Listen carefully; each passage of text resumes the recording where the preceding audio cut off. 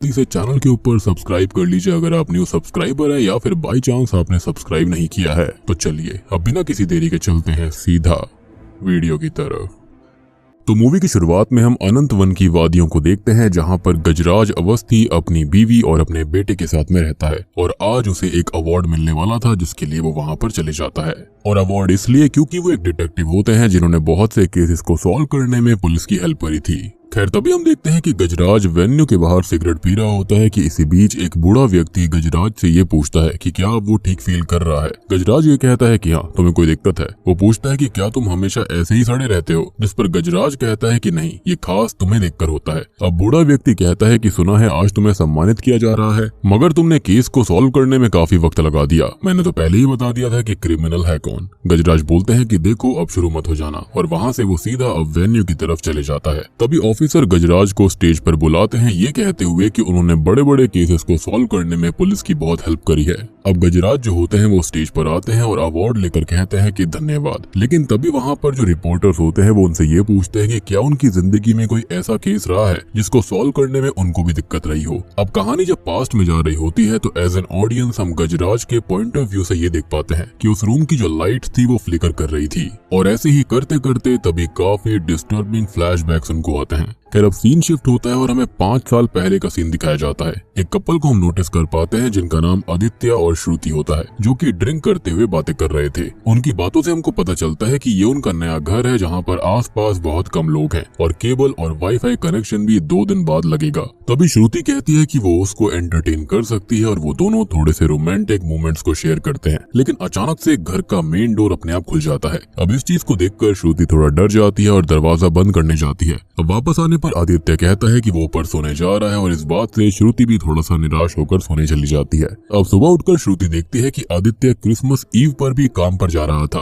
वो आदित्य से कहती है कि वो आज काम पर ना जाए, लेकिन आदित्य बताता है कि आज बोर्ड मीटिंग है और उसे जाना ही होगा। और जाते वक्त श्रुति के हाथ पर वो एक इंजेक्शन लगाता है। वो ये कहता है कि वो उसे कॉल करेगा और ये बोलकर वहाँ से निकल जाता है। अब थोड़ी देर के बाद में हम देखते हैं कि श्रुति किचन में वेजिटेबल्स को चॉप कर रही थी कि तभी उसे आदित्य का कॉल आता है। एज एन ऑडियंस हम नोटिस करते हैं कि आदित्य अपनी वाइफ से थोड़ा सा रूडली बात करता है और उसकी बात को सुने बिना ही कॉल को कट कर देता है। खैर श्रुति के फोन रखते ही अचानक से घर की सारी लाइट जो होती हैं वो ऑन ऑफ होने लगती हैं और किचन में रखा हुआ ग्राइंडर अपने आप ही शुरू हो गया था। ये सब देखकर वो काफी डर जाती है। वो किचन में जाकर नोटिस करती है कि सारे कैबिनेट्स खुले हुए थे और ग्राइंडर अभी भी चल रहा होता है। वो ग्राइंडर के स्विच को ऑफ करती है, उसके प्लग को निकाल देती है, लेकिन वो फिर भी चलता रहता है, जिसके चलते वो बहुत ही ज्यादा घबरा जाती है। खैर इतने में ही होता यह है कि ग्राइंडर की जो लिड थी वो उसकी तरफ उड़ते हुए आती है और वो नीचे झुककर बच जाती है। लेकिन पीछे देखने पर हम नोटिस करते हैं कि दीवार पर एक क्रॉस का निशान बन गया था। अब सीन शिफ्ट होता है और हम देखते हैं कि आदित्य ने गजराज को ही एज अ डिटेक्टिव अपने घर पर बुलाया था। गजराज घर के अंदर आकर थोड़ा इधर उधर देखता है और आदित्य से ये पूछता है कि कोई दिक्कत हो तो लोग पुलिस के पास जाते हैं, आपने एक डिटेक्टिव को क्यों हायर किया?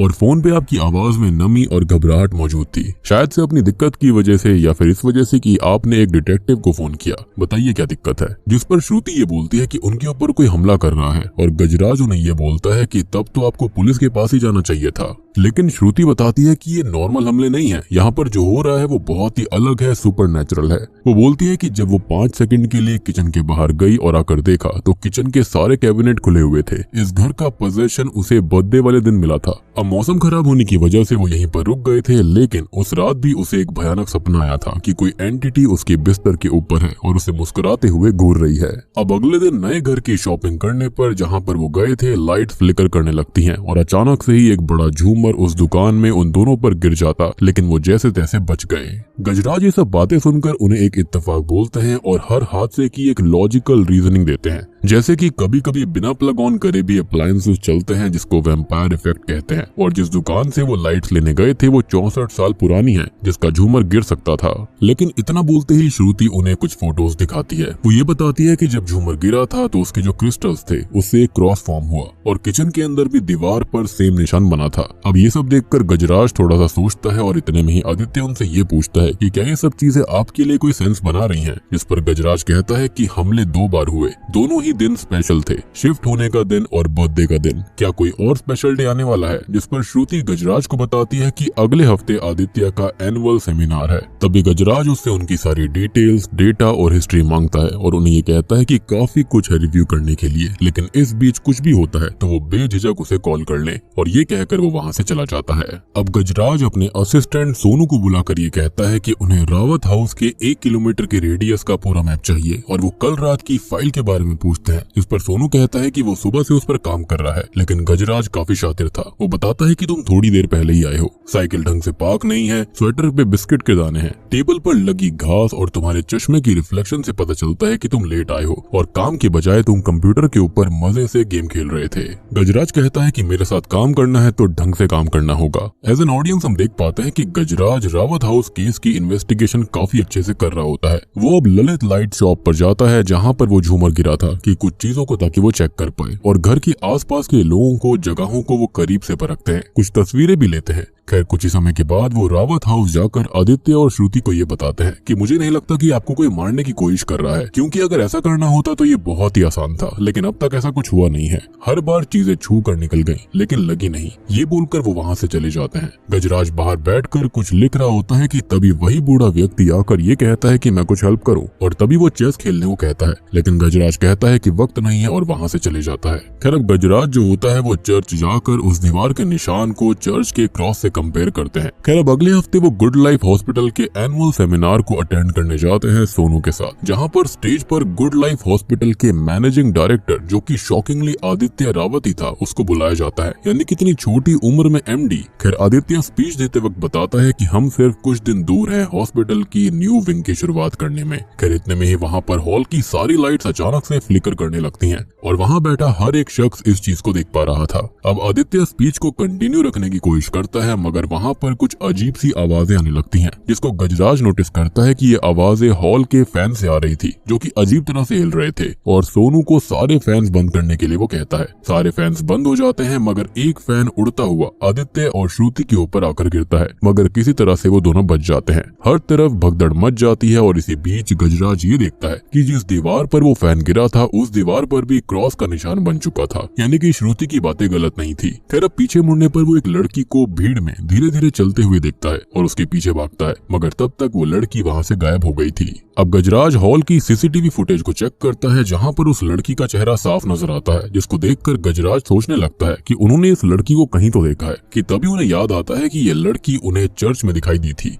अब गजराज सोनू को उस लड़की की डिटेल्स निकालने को कहता है और वहाँ से जल्दी में चला जाता है। गजराज के चर्च पहुँचने तक सोनू उस लड़की का नाम पता करके उन्हें कॉल पर बताता है, जो कि था मैरी मैथ्यूज। गजराज अब सोनू को ऑफिस जाकर मैरी के बारे में बचपन से लेकर अब तक की सारी डिटेल्स निकलवाने के लिए कहता है, और चर्च में फादर से मैरी मैथ्यूज के बारे में पूछता है। चर्च के फादर गजराज को बताते हैं कि मैरी एक आशा नाम की संस्था के साथ काम करती है और एक्सीडेंट विक्टिम्स को अपने साथ हर वेडनेसडे चर्च लाती है प्रेयर्स के लिए। अब गजराज फादर से मैरी का नंबर मांगता है, लेकिन फादर ये कहते हैं कि उनके पास उसका नंबर नहीं है, और ये सुनकर गजराज बहाना लगाकर वहाँ से ऑफिस के लिए निकल जाता है। ऑब्वियस ये बात है, वो कोई पुलिस ऑफिसर नहीं था और वो इस चीज को प्राइवेटली कर रहा था, जिसके चलते उसे बहाना बनाना पड़ा। अब वहाँ पर सोनू उनको बताता है कि आशा संस्था के अलावा मैरी का कोई डेटा या फिर हिस्ट्री मौजूद नहीं है। अब एज एन ऑडियंस हम ये देखते हैं कि गजराज मैरी मैथ्यूज को सामने बैठा इमेजिन करते हैं और उससे ये पूछता है कि तुम हो कौन और तुम्हारा रावत से क्या लेना देना है, और तुम ये झूमर, ग्राइंडर, पंखे और वो निशान वगैरह कैसे बना रही हो। खैर तभी वो अपनी मेडिटेटिव स्टेट से बाहर आ जाता है। अब गजराज सोनू को आशा संस्था और मैरी मैथ्यूज पर नजर रखने के लिए कहता है। पूरे दिन का पैटर्न, ब्रेक्स का टाइम, घर का एड्रेस और बाकी सारी डिटेल्स का पता लगाने के लिए कहता है, ये बताते हुए कि गलती की कोई भी गुंजाइश नहीं है। अगर गलती की तो उसकी बीवी यानी कि जिसको वो मौसी बोलता है, वो उसको गुड बाय बोल दे, यानी कि वो काम से उसे निकाल देगा। एनीवेज हम देखते हैं कि सोनू ने आशा संस्था और मैरी पर नजर रखना शुरू कर दिया था। वहीं दूसरी तरफ रावत हाउस में आदित्य और उसकी बीवी के बीच काफी टेंस्ड माहौल होता है। गजराज अब गुड लाइफ हॉस्पिटल पहुंचकर थोड़ी दूर से ये देखता है कि आदित्य किसी लड़की से काफी हंसकर बातें कर रहा था। थोड़ी देर के बाद में गजराज आदित्य के पास जाता है, मगर आदित्य ये कहकर पूछताछ से मना कर देता है कि उसे सर्जरी के लिए लेट हो रहा है। गजराज कहता है कि कुछ जरूरी सवाल है और मैरी मैथ्यूज के बारे में वो पूछना चाहता है, मगर आदित्य कहता है कि वो मैरी को नहीं जानता। गजराज उसे दोबारा सोचने के लिए कहता है, जिस पर आदित्य कहता है कि यहाँ पर ढेर सारे पेशेंट्स आते हैं और वो हर किसी को याद नहीं रख सकता, जिसके चलते वो सर्जरी के लिए चला जाता है। सोनू अब ऑफिस आता है और गजराज को मैरी की रूटीन के बारे में बोलता है। वो बताता है कि वो सुबह 9 बजे चेक इन करती है, आधा घंटा सबसे बात करती है, फिर 2 घंटे फिजियोथेरेपी होती है, 11:30 से 1 बजे तक रीडिंग और रिलैक्सेशन, फिर लंच होता है। गजराज पूछता है कि क्या मैरी इस बीच कहीं बाहर नहीं जाती, तो सोनू मना कर देता है। लंच के बाद सभी कुछ देर टीवी देखते हैं, फिर 3:30 बजे योगा और मेडिटेशन टेरेस पर होती है। शाम को चाय पीती है और गेम्स खेलती है और 9 बजे वहां से निकल जाती है। टेरेस की बात सुनकर गजराज सोनू से पूछता है कि टेरेस पर ज्यादा प्लांट्स हैं क्या, और लेफ्ट साइड में सैनी कंपनी का केबल डिश एंटीना भी है, तो सोनू हाँ में जवाब देता है। तभी गजराज को याद आता है कि उन्होंने वो टेरेस ललित लाइट्स के पास देखी थी, यानी कि वही दुकान जहां पर आदित्य और श्रुति वो लैंप और झूमर वगैरह लेने गए थे, जो कि उनके ऊपर गिरते गिरते बचा था। अब सभी पॉइंट्स को जोड़ने के बाद गजराज सोनू को बताता है कि 24 दिसंबर को हमला मंडे को हुआ था और मैरी चर्च वेंसडे को जाती है, लेकिन क्रिसमस ईव पर पूरे दिन मास रिहर्सल होती है, तो मैरी मैथ्यूज 100% वहीं थी। हमले के वक्त मैरी मैथ्यूज 1 किलोमीटर के दायरे में थी, इसलिए इसका संबंध मैरी मैथ्यूज से ही है। सोनू पूछता है, लेकिन सर मैरी मैथ्यूज ऐसा क्यों करेगी? गजराज कहता है कि यही तो जानना है। तभी हम देखते हैं कि गजराज सीधा ही आशा संस्था जाकर मैरी से पूछताछ करता है कि आपको डॉग्स पसंद है, तो मैरी बोलती है कि डॉग्स किसको नहीं पसंद। गजराज मैरी से ये पूछता है कि किस वजह से उन्होंने गुड लाइफ हॉस्पिटल का सेमिनार अटेंड किया, जिस पर मैरी बताती है कि हमारी जो संस्था है वो एक्सीडेंट विक्टिम्स के लिए बहुत समय से एक मेडिकल इंस्टीट्यूट से जुड़ना चाहती है, और वो पिछले हफ्ते अपोलो हॉस्पिटल के एनुअल सेमिनार भी गई थी। तभी गजराज ये पूछता है कि आप चर्च बहुत जाती हो, जिस पर मैरी थोड़ा सा चिढ़ते हुए ये कहती है कि इसमें बुराई क्या है, विक्टिम्स की आउटिंग भी हो जाती है और उनको जीने की थोड़ी सी आशा भी मिलती है, जिसके चलते वो प्रेयर्स वगैरह करते हैं, और वो ये भी बताती है कि हम संडे को पार्क भी जाते हैं। फिर गजराज मैरी से डॉक्टर आदित्य रावत के बारे में पूछता है कि क्या आप उनको जानते हो, जिस पर मैरी साफ मना कर देती है। गजराज पूछते हैं कि श्रुति रावत उनकी बीवी, पर मैरी इस बात पर भी मना करती है। अब सोनू गजराज से पूछता है कि सर कुछ पता चला, जिस पर गजराज कहता है कि नहीं, पर दोनों में से कोई तो है जो कि झूठ बोल रहा है। कल से आदित्य रावत और मैरी पर नजर रखना होगा, और वो ये कहता है कि देखते हैं कि पहले कौन गलती करता है। तभी हम नोटिस करते हैं कि सोनू और गजराज दोनों ही मैरी और आदित्य के ऊपर नजर रख रहे थे, उनका पीछा कर रहे थे। इसी बीच मैरी और आदित्य रास्ते में चलते हुए टकराते हैं, पर मैरी की कुछ फाइल्स जमीन पर गिर जाती हैं। हम देखते हैं कि उन दोनों के बीच कुछ बातें हुई और फिर वो अपने अपने रास्ते चले गए। ऐसा लग रहा था जैसे कि वो एक दूसरे को नहीं जानते। ये सब गजराज दूर खड़े हुए रिकॉर्ड भी कर रहा होता है। तभी हम देखते हैं कि चलते हुए मैरी अचानक से रुक जाती है और कुछ देर बाद पीछे मुड़ती है। मैरी फाइल जमीन पर फेंकती है और भागकर आदित्य की गाड़ी का पीछा करने लगती है। आदित्य की गाड़ी के पास पहुंचने पर मैरी गहरी सांसें लेने लगती है। उसकी आंखें लाल हो गई थी और फिर अचानक से वो नॉर्मल हो जाती है। हम ये भी देखते हैं कि मैरी खुद ही कंफ्यूज स्टेट में नजर आ रही थी, यानी कि उसे नहीं पता कि वो वहां पर ऐसे कैसे आ गई। अब गजराज सीधा ही आदित्य के ऑफिस में जाता है, जहां पर आदित्य आता है और ये बोलता है कि मैं पेशेंट के साथ बिजी था, लेकिन गजराज कहता है कि आप सिगरेट पी रहे थे। मैंने आपको पूरी तरह से ऑब्जर्व किया है, मैं छोटी छोटी बातें सारी की सारी ऑब्जर्व कर लेता हूँ। इनफैक्ट वो ये भी बताता है कि आप ईशा थापर के साथ सिगरेट पी रहे थे। उसका ये कहना था कि मैं अपने काम में बहुत परफेक्ट हूँ, लेकिन ये बात मैं भी नहीं पकड़ पाया जब आपने ये बोला कि आप मैरी मैथ्यूज को नहीं जानते। वो ये भी कहता है कि मुझे आपकी पर्सनल लाइफ में कोई इंटरेस्ट नहीं है, आपका क्या है, एक्स्ट्रा मैरिटल अफेयर है, ब्लैकमेल या फिर क्या। और अगर वो अपनी बीवी को रास्ते से हटाना चाहता है तो उसके लिए उसे कुछ और सोचना होगा। अब आदित्य गुस्से में ये बोल पड़ता है कि उसे उसकी कोई जरूरत नहीं है, वो वहां से चला जाए। अब गजराज फिर से सेम सवाल करता है कि वो मैरी मैथ्यूज को कैसे जानता है, तो आदित्य जवाब देता है कि मैं मैरी को नहीं जानता। गजराज कहता है कि अभी भी बाल भर का फर्क नहीं है आंखों में, सांसों में बहुत कॉन्फिडेंस के साथ वो झूठ बोल रहा है। आदित्य कहता है क्योंकि ये बात बिल्कुल सच है, ये झूठ नहीं है, मैं किसी भी मैरी मैथ्यूज को नहीं जानता। तभी गजराज उन दोनों की वो मीटिंग वाली फोटोज दिखाता है, लेकिन आदित्य बताता है कि ये मैरी मैथ्यूज नहीं है, बल्कि इसका नाम अंजलि मल्होत्रा है, जो कि इंडस्ट्रियलिस्ट राकेश मल्होत्रा की बेटी है, मेरे फैमिली फ्रेंड्स की तरह है। वो ये कहता है कि इतने ही अगर परफेक्ट होते तो एक बार गूगल करते और उसको सब पता चल जाता। इतना कहकर आदित्य गेट खोलकर गजराज को जाने का इशारा करता है और कहता है कि अगली बार वो अपॉइंटमेंट लेकर आए। अब अपने ऑफिस में गजराज अंजलि मल्होत्रा के बारे में देखता है, जहाँ पर उसे काफी सारी फोटो, वीडियो और आर्टिकल मिलते हैं, जहाँ लिखा हुआ था कि Anjali Malhotra leaves for Los Angeles. अब गजराज सारे पॉइंट्स को दिमाग में जोड़ते हुए कुछ सोच ही रहा था कि तभी वो बूढ़ा व्यक्ति फिर से घड़ी के बारे में पूछते हुए अंदर आता है। गजराज कहता है कि अरे तुम किसी भी वक्त अंदर आ जाते हो, घड़ी मिल जाएगी, कुछ और पूछना है तो बताओ। बूढ़ा व्यक्ति कहता है कि खुद से सवाल तो सही कर रहे हो ना, सवाल ये नहीं है कि इनकी शक्लें मिलती हैं कि नहीं, सवाल ये नहीं है कि ये दोनों एक हैं या फिर नहीं, सवाल ये है कि ये जो कोई भी है पर ये डॉक्टर के पीछे क्यों पड़ी हुई है, और ये जो कोई भी है डॉक्टर के लिए बड़ा खतरा है बेटा। यानी कि आई पर्सनली बिलीव कि ये जो बूढ़ा व्यक्ति है ना, ये कोई और नहीं बल्कि शायद से गजराज के पिता ही हैं, क्योंकि वो भी एक डिटेक्टिव ही हुआ करते थे। अब गजराज इस पर ये कहता है कि ज्यादा बाप बनने की कोशिश मत करो, जिस पर वो बूढ़ा व्यक्ति वहाँ से चला जाता है और सोनू अंदर आता है। गजराज अब सोनू से पूछता है कि तुम्हें तो मैरी मैथ्यूज के ऊपर नजर रखने को कहा था, तुम यहाँ पर क्या कर रहे हो? जिस पर सोनू बताता है कि मैरी आज प्रोटेस्ट पर गई हुई है मेन मार्केट और आसपास में। तो गजराज सोनू से बोलता है कि तुम्हें पता है ना कि आसपास का मतलब क्या है, और वो कहीं भी जा सकती है, और ये कहते ही टेंशन में वो अपने स्कूटर पर निकल जाता है। अब आदित्य काम से घर पर आता है तो देखता है कि स्टेयर पर खून पड़ा हुआ था, और खून के निशानों को फॉलो करते हुए वो ऊपर की तरफ जाता है कि तभी ऊपर से तेज चिल्लाने की आवाज आती है। आदित्य भागकर ऊपर जाता है और ऊपर के कमरे का दरवाजा बंद था, अंदर से कुछ टूटने की और चिल्लाने की आवाज आ रही थी। अब आदित्य गेट तोड़ने की कोशिश करता है मगर नाकामयाब था। कुछ ही पलों के बाद में गेट अपने आप खुल जाता है और आदित्य अंदर आकर खून के पैरों के निशान और टूटे कांच को फर्श पर देखता है। उसकी नजर जब सामने पड़ती है तो वो देखता है कि श्रुति बालकनी की रेलिंग पर बैठी हुई है।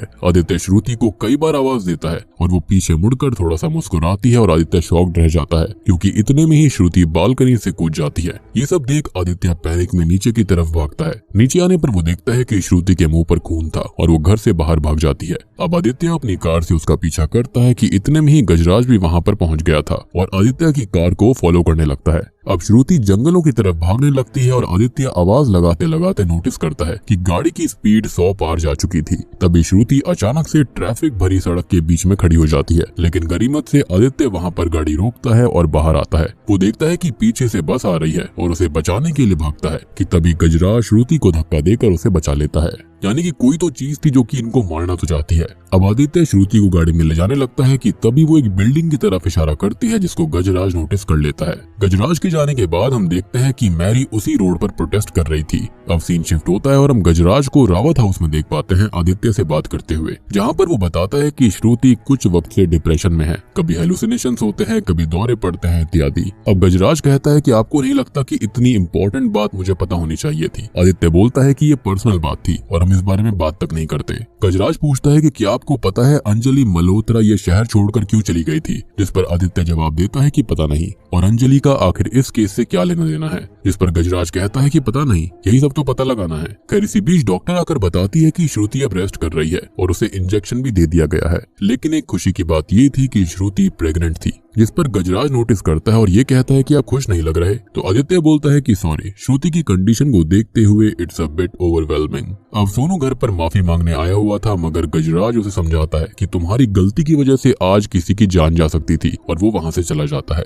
गजराज अब अंजलि की पुरानी दोस्त रिमल के घर जाकर उससे पूछताछ करता है। वो बताते हैं कि अंजलि और वो दोनों फर्स्ट ईयर कॉलेज में साथ में बेस्ट फ्रेंड थे और अंजलि को एक लड़के अर्जुन पर मैसिव क्रश भी था। उस दिन असल में 24 दिसंबर था, क्रिसमस ईव थी और मोनू के फार्म हाउस पर पार्टी भी थी। अर्जुन ने अंजलि को बुलाया भी था। उस दिन अंजलि काफी ड्रंक होकर पार्टी में आई थी। अंजलि पार्टी में अर्जुन को ढूंढने लगती है और ढूंढते ढूंढते ऊपर वाले कमरे में आकर देखती है कि अर्जुन किसी और लड़की के साथ मेकआउट कर रहा था। ये सब देखकर वो काफी गुस्से में वहाँ से चली जाती है। रिमल ने बताया कि जब 2-3 दिन अंजलि का कॉल नहीं आया तो वो उसके घर गई और वहाँ पर अंजलि की मॉम ने उसको बताया कि अंजलि का एक्सीडेंट हो गया था और उसके बाद वो LA चली गई है। गजराज अब रिमल से पूछते हैं कि क्या उसको अंजलि की कोई बात कभी अजीब लगी थी, जिस पर रिमल बताती है कि अंजलि एक एक्स्ट्रा ऑर्डिनरी लड़की थी, बाकी लड़कियों जैसी बिगड़ी हुई नहीं थी। वो लाइफ में कुछ अच्छा करना चाहती थी हमेशा से। वो इतनी ज्यादा शाय थी कि वो डॉग से भी डरती थी। और इस बात को सुनकर गजराज थोड़ा सा सोच में पड़ जाता है। अब वो सोनू को स्टेशन से अंजलि की एक्सीडेंट की फाइल लाने के लिए कहता है। वहीं दूसरी तरफ हम रावत हाउस में ये देखते हैं कि आदित्य कमरे में इधर उधर घूमते हुए सोच रहा था।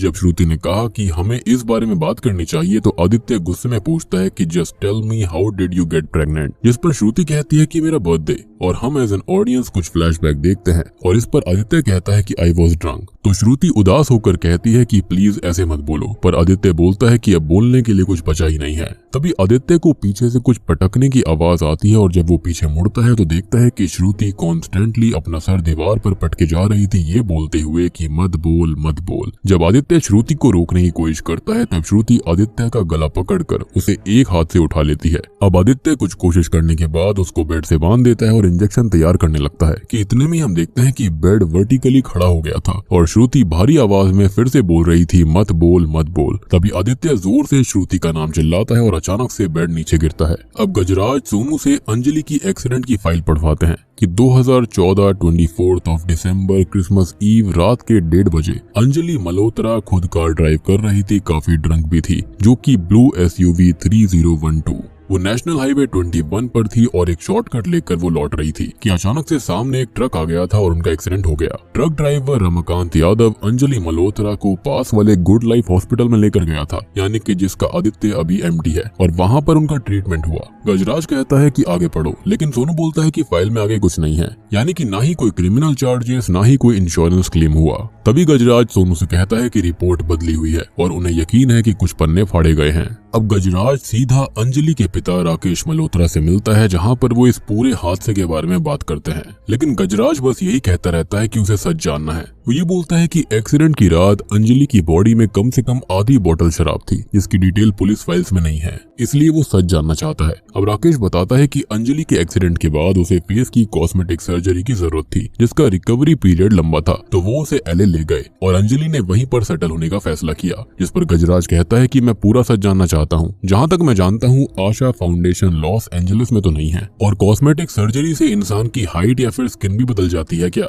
गजराज का ये कहना था कि मैरी मैथ्यूज और अंजलि एक ही है, और इससे पहले कि आप कोई और कहानी रचें, याद रखिएगा कि DNA टेस्ट से सब कुछ पता चल जाएगा। अब राकेश गहरी सांस लेकर बताता है कि लॉस एंजलिस में एक टॉप सर्जन ने अंजलि पर काम किया और उसको एक नया चेहरा दिया। जब अंजलि लौट कर आई तो वो एक नई इंसान बन चुकी थी, बहकी बहकी बातें और अजीब हरकतें करने लग गई। फिर वो जुट गई अपने जैसे एक्सीडेंट विक्टिम्स की जिंदगियों को सुधारने में। इनफैक्ट वो ये नहीं चाहती कि किसी को उसका पास्ट पता चले या फिर ये पता चले कि वो राकेश मल्होत्रा की बेटी है, और उसने भी इस बात की रिस्पेक्ट करी। जाते जाते गजराज राकेश से ये पूछता है कि जब वो गुड लाइफ हॉस्पिटल में गई होगी तो पक्का उसका इलाज डॉक्टर आदित्य ने किया होगा, जिस पर राकेश हाँ बोलता है। गजराज तभी ये कहता है कि पता नहीं आदित्य मुझे ये बात बताना क्यों भूल गया। अब गजराज श्रुति से मिलकर उसे मुबारकबाद देता है, जिसके बाद में श्रुति पूछती है कि क्या उसके बच्चे हैं, लेकिन वो बताता है कि नहीं, बट उसका ये कहना था कि इतना तो है कि वो उसके बच्चे को कुछ नहीं होने देगा। गजराज अब श्रुति से अंजलि मल्होत्रा के बारे में पूछता है, जिस पर वो मना कर देती है। वो ये भी कहता है कि तुम तो 2 साल पहले काम भी करती थी अपने हस्बैंड के साथ में, तो फिर छोड़ क्यों दिया? इस पर वो ये कहती है कि 2 डॉक्टर्स एक साथ रहना थोड़ा सा अजीब हो जाता है, घर का माहौल काफी खराब हो गया था, जिसके चलते वो लोग यहाँ पर शिफ्ट हो गए। अब तभी श्रुति मैरी के बारे में पूछती है, जिस पर गजराज बताता है कि अंजलि और मैरी असल में एक ही इंसान है।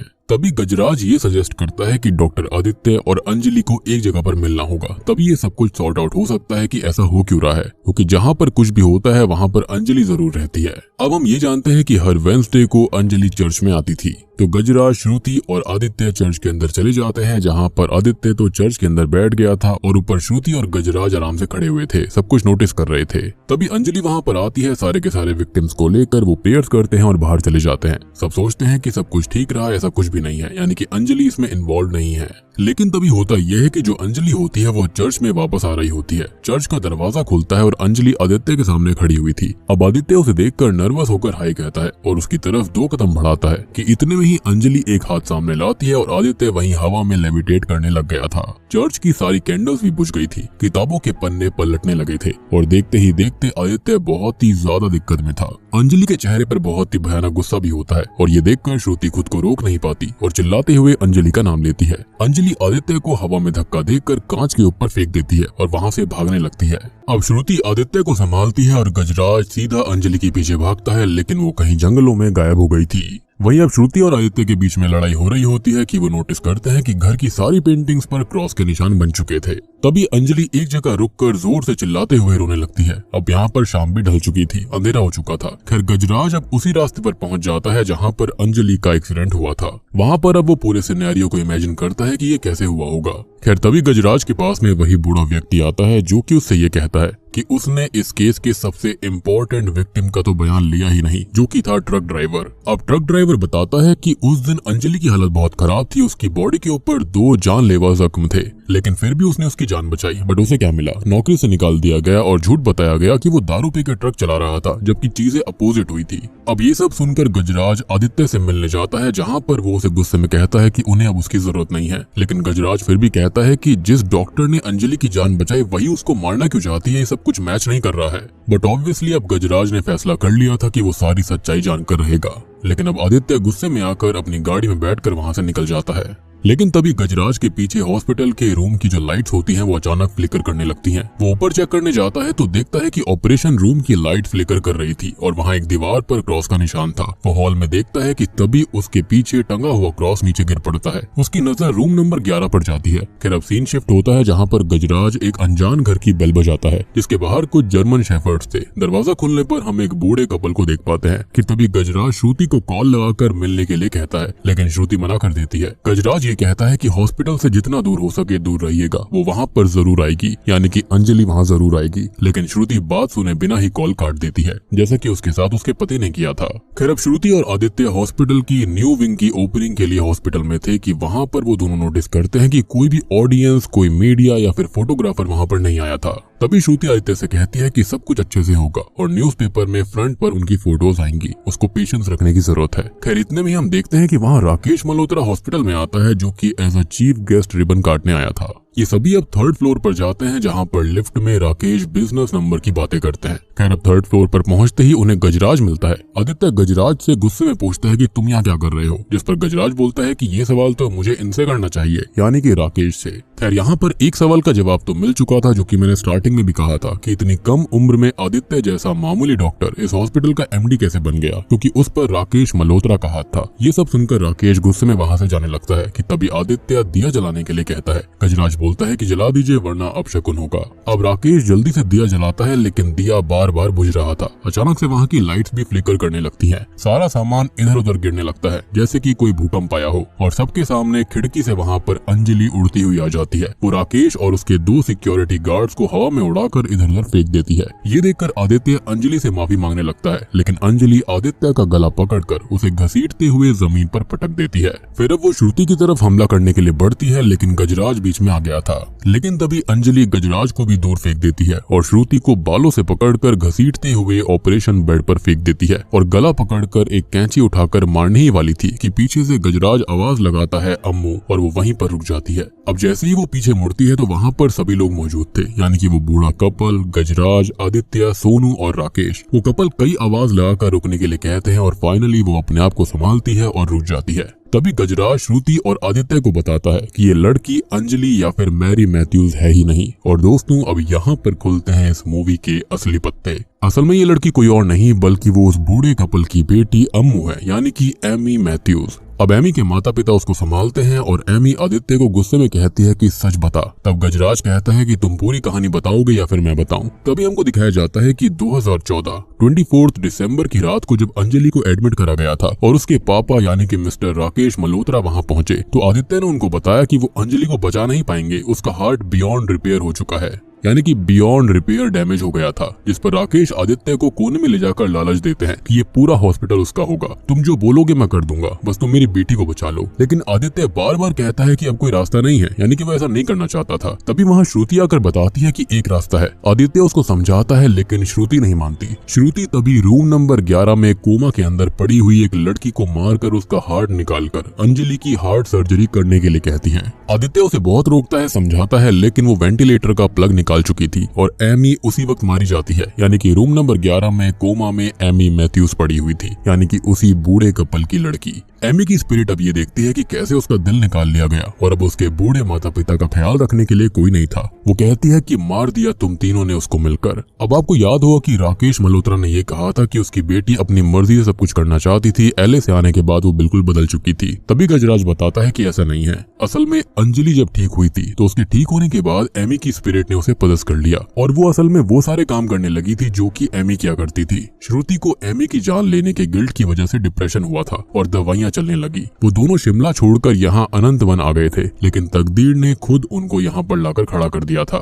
सबसे बड़ी बात कि मैरी मैथ्यूज के अचानक से ही वार करने की वजह समझ नहीं आ रही थी, लेकिन ये सब तब पता चला जब मैरी के ऑफिस में हार्ट पेशेंट्स की पिल्स मिली थी। एक 25 साल की लड़की के पास ये पिल्स क्या कर रही थी? क्या उस दिन एमी और मैथ्यू की मौत एक कोइंसिडेंस थी या फिर एक प्लान हुआ मर्डर था? अब तभी वहाँ पुलिस आ जाती है जो कि गजराज ही लेकर आया था, और श्रुति, आदित्य और राकेश को अरेस्ट कर लिया जाता है क्योंकि उन्होंने बहुत बड़ा क्राइम किया था। खैर 6 महीने बाद श्रुति एक बच्चे को जन्म देती है जिसे गजराज गोद ले लेता है। जी हाँ, शुरुआत में हमको जो लड़का दिखाया गया था वो कोई और नहीं बल्कि वो श्रुति और आदित्य का ही बच्चा था जिसको गजराज ने गोद ले लिया। खैर अब गजराज को बधाई देने वो बूढ़ा व्यक्ति आता है। उनके बीच कुछ बातें होती हैं। वो कहते हैं कि एक उम्मीद करता हूँ कि तुम मुझसे ना ही मिलो तो अच्छा है, मगर मैं तुमसे मिलने आता रहूंगा, चलता हूँ। तभी हम ये देखते हैं कि शॉकिंगली वो बूढ़ा व्यक्ति बाहर की तरफ जाते हुए हवा में गायब हो जाता है, और यही शायद से गजराज के पिताजी थे जो कि एक डिटेक्टिव हुआ करते थे, एंड माइट भी उनकी आत्मा बार बार अपने बेटे की हेल्प करने के लिए आया करती थी। तो आप समझे यहाँ पर हुआ क्या है। असल में जो अंजलि होती है ना, उसका एक्सीडेंट हुआ था जिसके चलते वो मारी जा चुकी थी, यानी कि उसका हार्ट बिल्कुल खत्म हो गया था, लेकिन हार्ट ट्रांसप्लांट करने की वजह से वो बच सकती थी। तो राकेश मल्होत्रा जो था वो पैसे वाला था, उसने श्रुति और आदित्य को लालच दिया था जिसके चलते वो इस हॉस्पिटल के एमडी बन गए थे।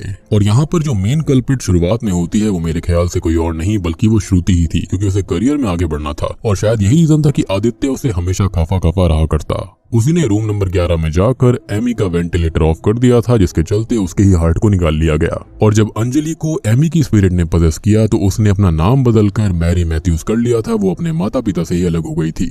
इनडायरेक्टली शायद वो अपने असली पेरेंट्स यानी कि जो एमी की स्पिरिट थी वो अपने असली पेरेंट्स की देखभाल कर रही होगी, साथ ही साथ ढेर सारे पेशेंट्स की भी। इसी के साथ में ये मूवी यहीं पर खत्म हो जाती है।